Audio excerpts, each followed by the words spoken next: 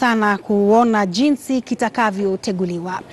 Katibu mkuu wa vyama vya wafanyikazi nchini KOTU, Francis Atwoli, amejitetea kuhusu matamshi aliyotoa kwa Naibu Rais William Ruto na kusisitiza kwamba hakuwa na nia mbaya. Akihutubia waombolezaji katika mazishi ya kiongozi wa wafanyikazi Julius Mulei There huko Kitui, Atwoli amesema kwamba Ruto hatakiwi kugombea urais kwa sababu hajatimiza baadhi ya masharti ya uwajibikaji.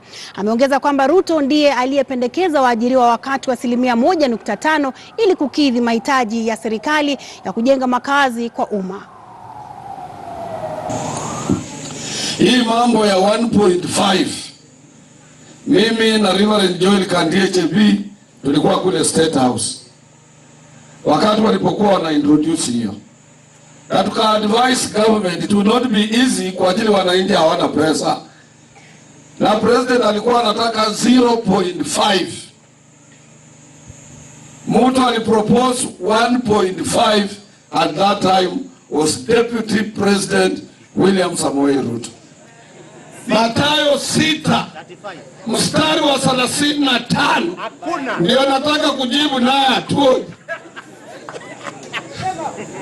Mstari Mungu anampa figures ambazo haziko ili ajue he's fighting a just man of God and he will never win.